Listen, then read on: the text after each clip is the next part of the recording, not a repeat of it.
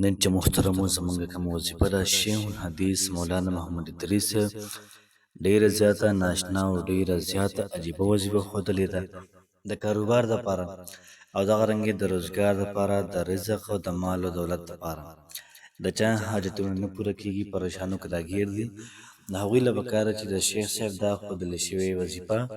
دا دې په ژوند کې یو پیره خامخا ټرای کړي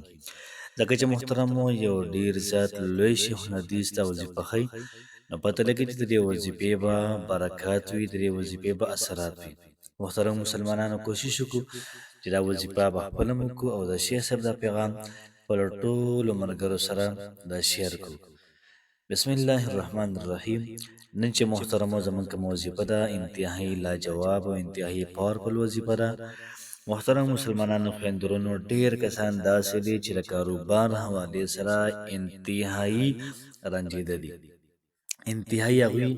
افسوس کوي ارمان کې چې کاش یار زمونږ هم دومره یو ډیر زیات لوی کاروبار وي یا زمونږ کاروبار شته خو ترقي نه کوي ګاګ نشته په دکان باندې دغه رنګې زمونږ د جهان حاجتونه دي دنیا حاجتونه دي زمونږ مشکلات دي نه مشکلات ختمېږي نه حاجتونه پوره کېږي نو داسې یو وظیفه پکار ده یو قیمتي او عظیم شانه وظیفه چې هغه زمونږ ژوند رابدل کړي محترمو نن ما تاسو ته د شیخ الحدیث والقرآن حضرت مولانا محمد ادریس صاحب د خولې ډیره زیاته بهترین او ډیره زیاته ناشنا وظیفه دا راوړې ده کوشش وکړئ محترمو ملګرو سره هم شیر کړئ په خپله هم وکړئ ځکه چې وظیفه انتهایی لاجوابه ده یو پروګرام کې یا مولانا صاحب شیخ الحدیث والقرآن حضرت مولانا محمد ادریس صاحب رحمت الله علیه ویلي چې یاره مولانا صاحب دا خلک وایي چې موږ د کاروبار دپاره یې وظیفه وښیه داسې وظیفه چې الله پاک پې زموږ کاروبار دا روان کړي نو شیخ صاحب د محترمو دا وظیفه ورکړله او ټولو خلکو ته تاسو ته اجازت دی دا وظیفه دا کوئ نو زه هم دغه وظیفه تاسو ته ریکمنډ کول غواړم چې تاسو هم دغه وظیفه شروع کړئ انشاءالله العزیز کاروبار مال و دولت رزق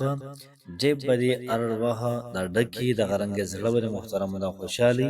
هېڅ قسم د ټینشن دا به تاسو نه وظیفې ترتیب او طریقه کار داسې دی چې روزانه به تاسو 100 پیرې به درود شریف وایئ